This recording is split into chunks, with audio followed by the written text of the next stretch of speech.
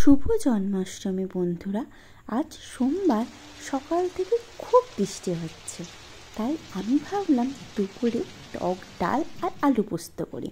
আলু পোস্ত করার জন্য পোস্ত নিয়েছি। পোস্তটাকে শুকনো অবস্থায় গ্রাইন্ড করার পর তার মধ্যে টমেটো আর জল দিয়ে গ্রাইন্ড করে নিলাম। এরপর কড়াইতে তেল দিয়ে 5 ফোড়ন আর শুকনো লঙ্কা ফোড়ন দিয়ে কাটা আলুগুলো দিয়ে দিলাম। আলুগুলো একটু ভাজা হয়ে যাওয়ার পর একটু হলুদ, এতে অল্প হলুদই দেয়, একটু নুন, লঙ্কা গুঁড়ো আর কাশ্মীরি রেড চিলি পাউডার আর একটু চিনি দিলাম কালার আর টেস্টের জন্য।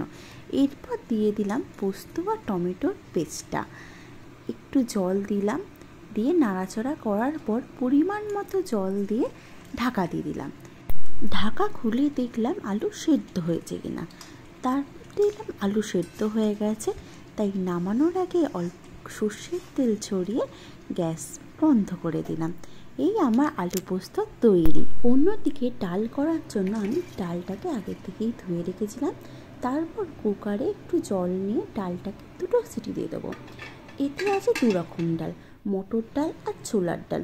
মটর ডালটা তাড়াতাড়ি সেদ্ধ হয়ে গেলেও ছোলার ডালটা সেদ্ধ হতে দেরি হয়। আর আমটাকে আমি আগে থেকেই সেদ্ধ করে রেখেছি। এরপর কড়াইতে অল্প সর্ষের তেল দিয়ে সর্ষে আর একটা শুকনো লঙ্কা ফোড়ন দেবো। এরপর একে একে ডাল আর দিয়ে দেবো আর সেদ্ধ করা আমটা। আলু পোস্ত আর টক ডালের কম্বিনেশনটা দারুণ লাগে। আমটা দেওয়ার পর একে একে দেবো হলুদ, নুন আর দেবো চিনি, দিয়ে ভালো করে ফুটতে দিতে হবে।